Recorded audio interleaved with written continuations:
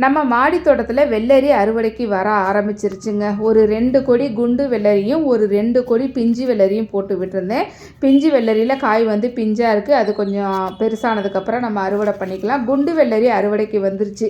நேற்று ஒரு குண்டு வெள்ளரி வந்து அறுவடை பண்ணினேன். இன்றைக்கி ஒன்று இருக்குது, அதையும் பறித்து எடுத்துக்கலாங்க. இன்னும் பிஞ்சுகள் வந்து நிறைய போட்டிருக்கு.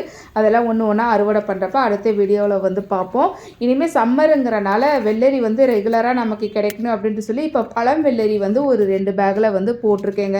பழம் வெள்ளரி வந்து காய் நல்லா கொஞ்சம் நீளமாகவும் இருக்கும், அதே சமயம் நல்லா குண்டாகவும் வருங்க. அது காயாக சாப்பிட்றதுக்கும் நல்லாயிருக்கும், பழமாக சாப்பிட்றதுக்கும் நல்லாயிருக்கும். அதனால் 2 பேக்கு போட்டு விட்டுருக்கேன்.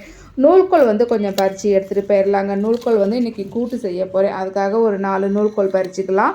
அப்புறம் நெய் மிளகாய் இன்றைக்கி நிறைய பழம் இருக்குதுங்க. ஒரு 14 பழமோ என்னமோ இருந்தது, அதையும் பறித்து எடுத்துகிட்டு போயிடலாம். இன்னும் 2 செடியில் காய் நிறைய போட்டிருக்கு. அதெல்லாம் பழுக்க நம்ம கொஞ்சம் கொஞ்சமாக அறுவடை பண்ணிக்குவோங்க. அப்படியே புதினா கொஞ்சம் கட் பண்ணி எடுத்துக்கலாம். இன்றைக்கி வந்து புதினாவை வந்து சட்னி அரைக்க போகிறேன். அதனால் கொஞ்சமாக பறிக்கிறேன், நிறைய பறிக்கல. கத்திரிக்காய் கொஞ்சம் இருந்தது, அதையும் பறித்து எடுத்துக்கலாம். கொத்தமல்லி போட்டிருந்தோம் இல்லைங்களா, அதுவும் முளைக்க ஆரம்பிச்சிருச்சு பாருங்கள். பக்கத்தில் ஒரு பேக்கில் வந்து கொத்தமல்லி அறுவடை பண்ணிக்கிட்டு இருக்கேன். அதில் பூவே வந்து வர ஆரம்பிச்சிருச்சு.